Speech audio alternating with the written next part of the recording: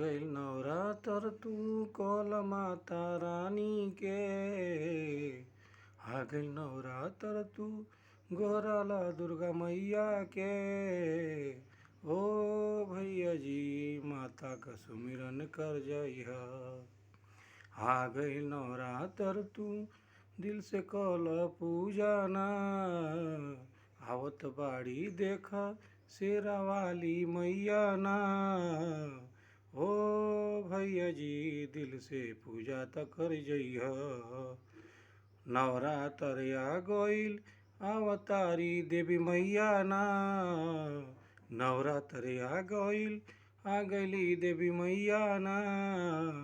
ओ भैया जी माता का सेवा कर लो ना। ऐसा मौका ना मिलेगा देखो बार बार देखो ना। ऐसा मौका ना मिलेगा देखो बार बार ना। ओ भैया जी माता का सेवा कर जाना। ओ बहना जी माता का सेवा कर जाना। आ रही दुर्गा मैया देखो देखो नवरात्र में। आ रही देवी मैया देखो रहेंगी नवरात्र में। ओ भैया जी 9 दिन सेवा कर जाना। ओ बहना जी 9 दिन सेवा कर जाना। आवता नवरात्र सेवा कर जाना देखो ना। आ गइल देख नवरात्र माता का रानी का पूजा कर जाना। ओ भैया जी माता का सेवा कर जाना। आ गइल नवरात्र देख सेवा कर जाना माता के। आ गइल नवरात्र देख आ गइली दुर्गा मैया ना। हो भैया जी माता का सेवा कर जाना। ओ बहना जी मैया का सेवा कर जाना।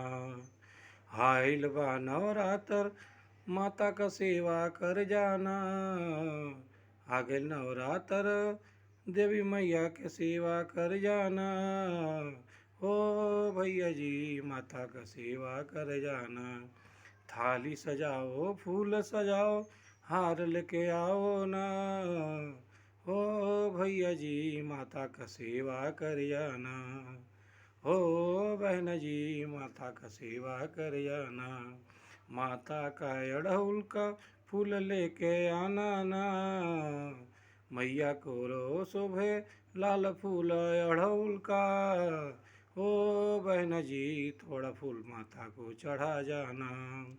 ओ भैया जी माँ को फूल चढ़ा जाना। लाल चुनरिया माई के देखो भावे देखना।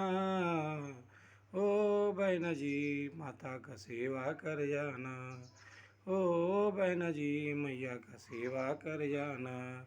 आ रही नवरात्र में देखो तुम भी सजा के थाली लाओ ना। आ रही देवी मैया तुम भी सेवा कर जाना। ओ भैया जी माता का सेवा कर लेना। ओ बहना जी मैया का सेवा कर जाना।